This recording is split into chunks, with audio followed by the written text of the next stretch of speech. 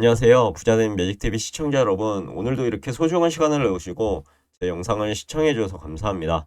오늘은 2024년 12월 25일 오전 시간입니다.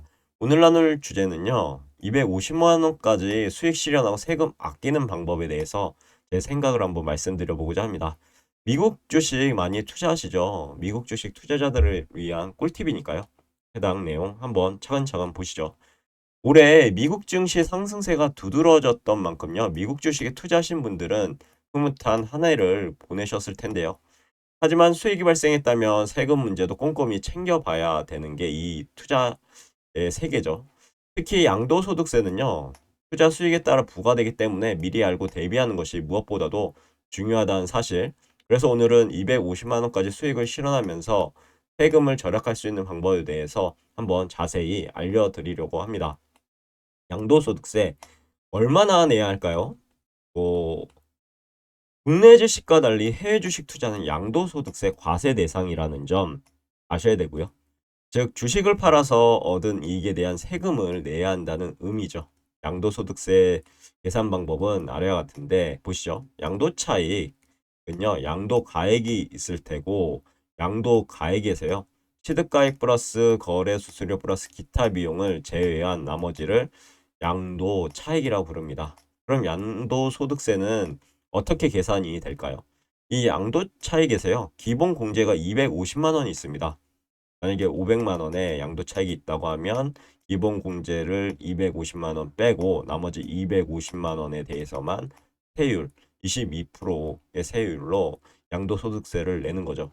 여기서 중요한 점이 있는데 바로 기본 공제가 250만 원이라는 점입니다. 즉 1년 동안 해외 주식을 얻은 수익이 250만 원 이하라면 어떻게 될까요? 양도소득세를 한 푼도 내지 않아도 됩니다. 이 부분에 우리는 주목해야 됩니다.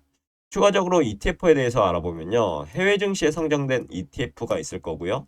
국내에 상장한 해외 주식형 ETF가 있겠죠.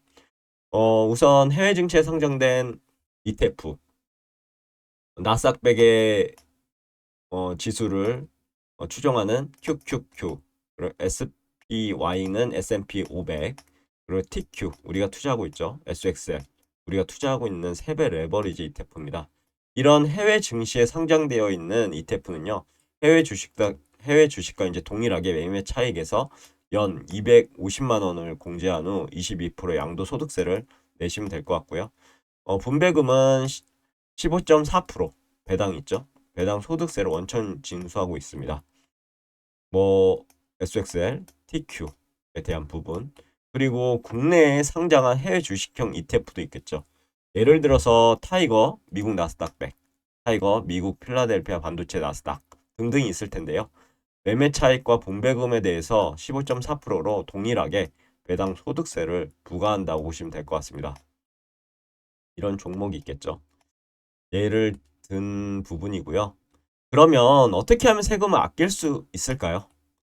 결론부터 말씀드릴게요. 결론부터 말씀드리자면 매년 250만 원까지 수익 실현을 통해서 이게 어떻게 보면 주요 포인트죠. 수익 실현을 통해서 세금을 아낄 수 있다는 점 활용하셔야 됩니다. 다시 말해서 이러한 기본 공제 제도를 활용하면 세금을 효과적으로 절약할 수 있다라는 부분이고요. 예를 들어 볼게요. 올해 미국 주식으로 500만 원의 수익을 냈다고 가정해 보겠습니다. 이 경우 250만 원에 대한 세금은 면제되지만 나머지 250만 원에 대해서는 세금을 내야 되겠죠. 이거 매도했을 때입니다. 수익 실현했을 때입니다.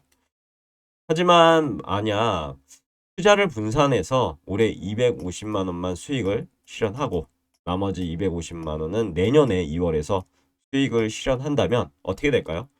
두 해 모두 기본공제 250만 원을 적용받아 세금을 전혀 한 푼도 내지 않으시면 됩니다.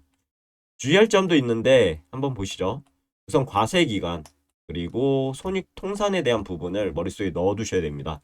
양도소득세는요. 매년 1월 1일부터 12월 31일까지 발생한 수익을 기준으로 부과됩니다. 예를 들어 올해 2024년이라고 하면 2024년 1월 1일부터 2024년 12월 31일까지 발생한 수익을 기준으로 부과된다. 라고 머릿속에 넣어두시면 좋을 것 같고요.